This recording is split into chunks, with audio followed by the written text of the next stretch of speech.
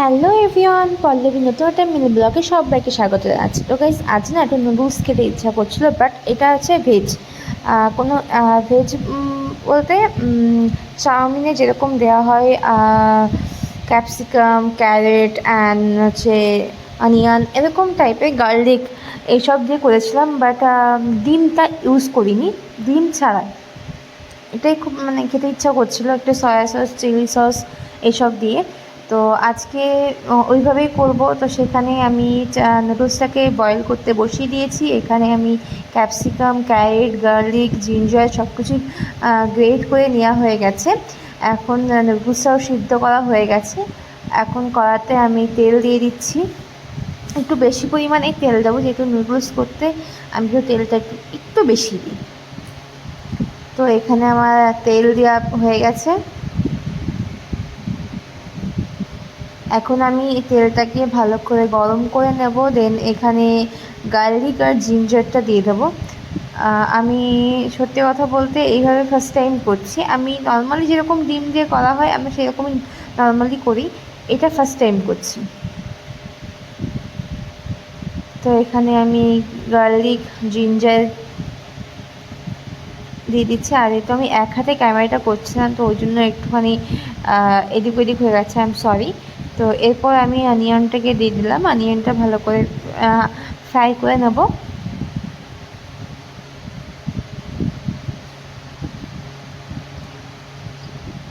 এটা first time করেছিলাম, ভেবেছিলাম কেমন কি হবে আমি জানি না, বাট সত্যি বলতে আমি এখন রিসেন্ট এগ চাউ থেকে আমার এই ভেজ চাউটা না বেশি ফেভারিট হয়ে গেছে। গার্লিক আর জিঞ্জারের একটা সুন্দর একটা অ্যারোমা বেরোয়, যেটা আমার ভীষণই ভালো লাগে।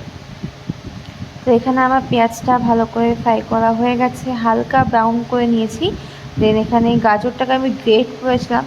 আমি মানে আমার যেহেতু এখানে ছুরি ইউজ করতে হয়, তো আমি ছুরিতে ভালো কুচি করতে পারি না, ওই জন্য আমি গ্রেট করে নিয়েছিলাম।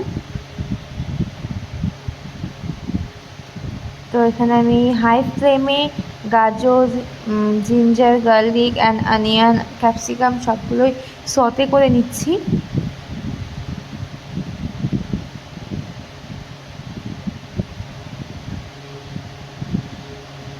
এটা করছিলাম হাই ফ্লেমে।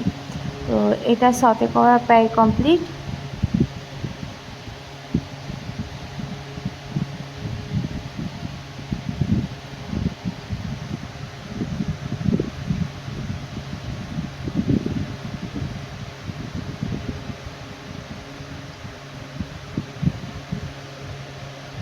একটু নার্ভাস ছিলাম যে কেমন কি টেস্ট হবে, আমি জানি না।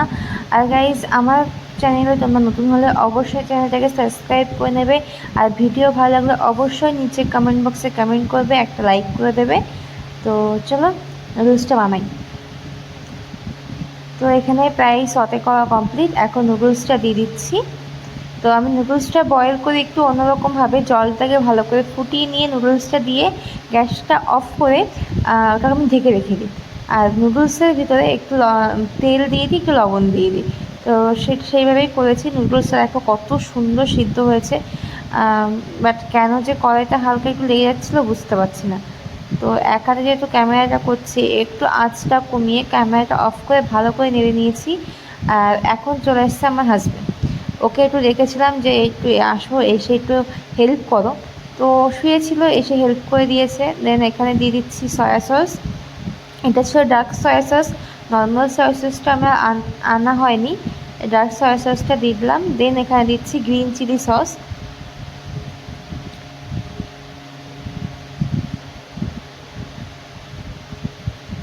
এটাকে এখন ভালো করে মিক্স করে নেব।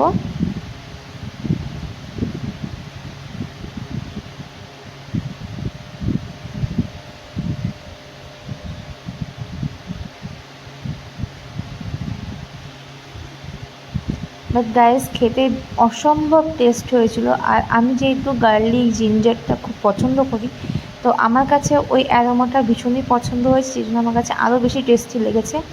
এখন দিয়ে দিলাম একটু গোলমরিচ আর একটু লবণ।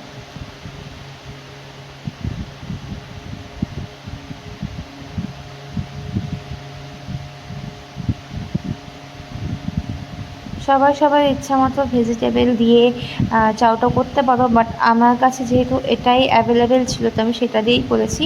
বাট আমার কাছে ভীষণ ভীষণ ভীষণ টেস্টি লেগেছে। তো আমি খুন্তিতে ভালো নাড়তে পারছিলাম না, যে কারণে লাস্ট আমি স্পুন নিয়ে এসেছি, স্পুন দিয়ে নাড়ছিলাম, ভালো করে মিক্স করছিলাম, দেখতেই পাচ্ছ। আমার চাও কমপ্লিট, আর আমি এখানে প্লেটে সার্ভ করে নিয়েছি। এটা আমি এখন টমেটো কেচাপের সাথেই খাবো। তো তোমাদের ভিডিওটা কেমন লাগলো অবশ্যই নিজে কমেন্ট বক্সে কমেন্ট করে জানাবে। দেখা হচ্ছে নেক্সট কোনো ইন্টারেস্টিং ব্লগে। So tata, love you.